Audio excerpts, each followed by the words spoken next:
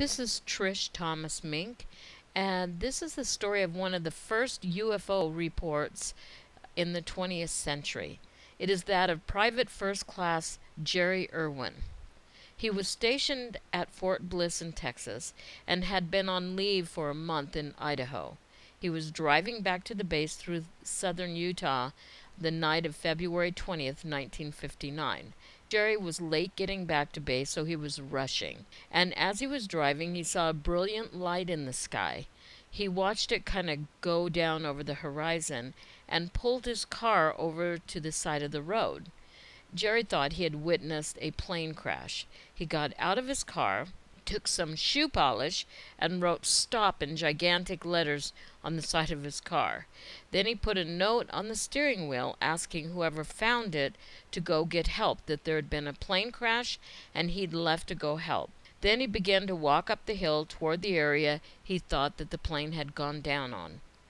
Remember, this is February, and there was about a foot of snow on the ground in the high desert of Utah. Gerry woke up 24 hours later in Cedar City Hospital, completely unaware of how he got there. The first words he uttered were, "Are there any survivors?" Later, the nurses heard him mumble what they thought was "jacket on the bush." When a search party found him, there was no airplane crash nor any jacket. He was face down in the snow. The doctor couldn't find any injuries, but Gerry couldn't remember a thing. It seemed about 30 minutes after Gerry had wrote "Stop" on the side of his car in shoe polish, a Fish and Wildlife agent had come by and found the note on the steering wheel. He took the note to the sheriff's office, who then organized a search party and found Gerry face down in the snow near the top of the hill. Again, upon examining him, the doctor couldn't find no real injuries, but there was a really odd thing. Gerry could not wake up. They couldn't awaken him. No one in the search party saw any jacket. The sheriff tried to question Gerry, but he couldn't remember what had happened after he left the car. After keeping him a few days, he was turned over to the Army and sent back to Fort Bliss. He was given a clean bill of health and went back to work. A few days later, when he was walking near his barracks, he fainted. Now this time he woke up pretty quickly. He recovered without any help. But a few weeks later, when he was visiting in El Paso, he passed out cold, and that time he needed medical attention.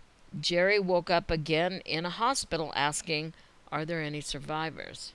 He is also shocked to learn that at that time it is March 16th, 1959, not February 20th. Later, the Army ambulance picks him up and takes him back to Fort Bliss to the hospital to be examined. Gradually, much of his memory does come back, and after 32 days he is released, and he appears in good health and normal to everyone. As he's doing his duties, something happens to Gerry, and he has a strange urge. He sort of goes into a trance. He gets on a bus that takes him back to Cedar City. Then he walks 6 miles back to where he parked his car on the side of the road. Then he walks up to the hill, and hanging on a bush is his jacket. There's a pencil in the buttonhole of the jacket, and wrapped around the pencil is a note.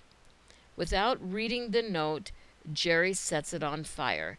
It is the smell of sulfur from the fire that finally brings him out of the trance. He realizes that he's gone AWOL from the military.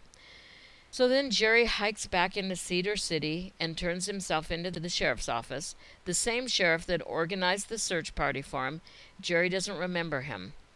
So the sheriff brings him up to speed as to what's happened and then calls the Army. They send the MPs to take Gerry back to Fort Bliss. But interestingly, instead of going directly back, they take a little side trip way over to Fort Ord in Monterey Bay area in California, well out of their way. Upon returning to Fort Bliss, he faces his commanding officer and immediately loses rank. He also loses his security clearance level and is reassigned. He was a Nike missile-based technician. Gerry finally is put in a psychiatric hospital for a month, where he goes through an examination. And except for the missing time experience, Gerry's okay. Later, he goes through a session where he's given truth serum, sodium amytal, after which he's told it doesn't work. However, there's something hinky here. There was one session with True Serum that was recorded. Gerry doesn't remember that one. But Gerry has a memory of a second one 3 weeks later that was not recorded. So actually they gave him sodium amytal twice and recorded it the first time, but not the second time. Over time, Gerry's getting more exacerbated by the treatment from the Army. He has no control over what seems to be happening to his body. He requests being tested again. So he goes under another psychiatric examination with the same results. His case is then reviewed by the Inspector General, who orders a more complete examination. On July 10th, Gerry again enters Beaumont Hospital. August 1st, 1959, Gerry doesn't show up for work. A month later, Gerry Irwin was listed as a deserter by the U.S. Army. He was never seen again, or so it would seem, but there's more to this story. There's a whole other side. During this period where Gerry Irwin was working at Fort Bliss in Texas, it was a hub of Operation Paperclip activity. For those who don't remember what Operation Paperclip was, I will briefly explain. It was a secret program carried out by the JIOA, the Joint Intelligence Objectives Agency, in which about 1,500 German scientists, engineers, and technicians were secretly brought into the U.S. They came as Germany fell at the end of World War II. The U.S. did not want to use their great acumen, even amid the horrific means by which they received their results. In 1949, the CIA's first director, Dr. Willard Mackel, went to Germany and set up a special program to interrogate Soviet spies. He believed that the Soviets had developed a mind control program, and the CIA wanted to make sure that U.S. spies could hold up under pressure if taken prisoner. He also wanted to explore the idea of creating a Manchurian candidate through behavior modification. This became Project Bluebird, and the name was eventually changed to Project Mkultra. It ran supposedly until 1967. They say it was formally ended in 1973. Many people think it's still going on. So while Gerry Irwin was at Fort Bliss, these programs were being run. 100 Operation Paperclip German scientists were brought there and overseen by a Major James P. Hamill. The reason these projects figure into Gerry's story is that there was a book written by an author named David Bohr who states when they received his medical records, he went and got those to write Gerry's story. The doctor had recorded what Irwin said when he was under True Serum. Now, they never told Gerry. They told him it didn't take. He was recorded saying that there was a special intelligence that he could not explain to the doctor because it would be incomprehensible to him. He was directed not to remember what happened in Utah and not to tell anyone, or it would ensue in a big investigation that would harm many people. He went on to say it began with him at age 3, except he didn't tell the doctor what had happened to him at age 3. Remember, this was in the late 40s, early 50s, where there is no frame of reference. If it had happened in 1979, this would read like a UFO abduction story. The doctor wondered if Gerry had some sort of psychosis, but there wasn't any other evidence to support the theory. So Gerry went AWOL, August 1959, and was never seen again. Well, that's not exactly true.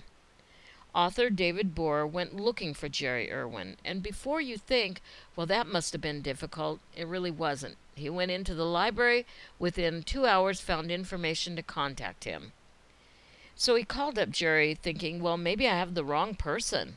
Nope, he had the exact right person, the same man that was driving through southern Utah that cold February night. One interesting thing is that Gerry mostly forgot about the year 1959. He didn't have a lot of memory. It was kind of hazy. He just went on and resumed his life after that, like that year didn't happen. When Bohr got Irwin's service records, it filled in some of the gaps of what had happened to Gerry. Gerry remembers staying in the military and going over to Germany. After he went AWOL in August, he lived in the woods for a while. He was later picked up by the MPs again, and this time he went to what he thought was a disciplinary barracks in Fort Leavenworth, Kansas. But Fort Leavenworth is a federal prison. Gerry remembers that he served there, but he was sent there for abandoning his post and the other odd behavior that he exhibited that year. But it gets more interesting. Listen to this. He was never formally discharged. Gerry loved the military and he never wanted to be kicked out. So later he was stationed in Germany. What is more interesting is he continued to serve. And he was given a sensitive post in Austria. So this man who possibly went through a UFO abduction, abandoned his post to get his jacket in Utah, and then went AWOL, remains in the military, and is given a sensitive post in Austria. Now back to Gerry's early life. He was raised in remote central Idaho when he was small. He was born in 1935 and was the fifth of 11 children. Idaho has its own kind of rich history around UFOs during the period he lived there. When he was 12, he lived in Emmett, Idaho. July 4th, 1947, a United Airlines pilot saw flying discs over Emmett, Idaho, the same day as the Roswell crash. So as most know who have been abducted, the aliens follow them throughout childhood into adulthood. Were they following Gerry Irwin? It is unclear whether this is part of a covert operation during Mkultra or an abduction story or a combination experience. This was one of the first UFO abduction stories to come forward at a time when the government was trying to discredit sightings in order to discourage people from reporting them.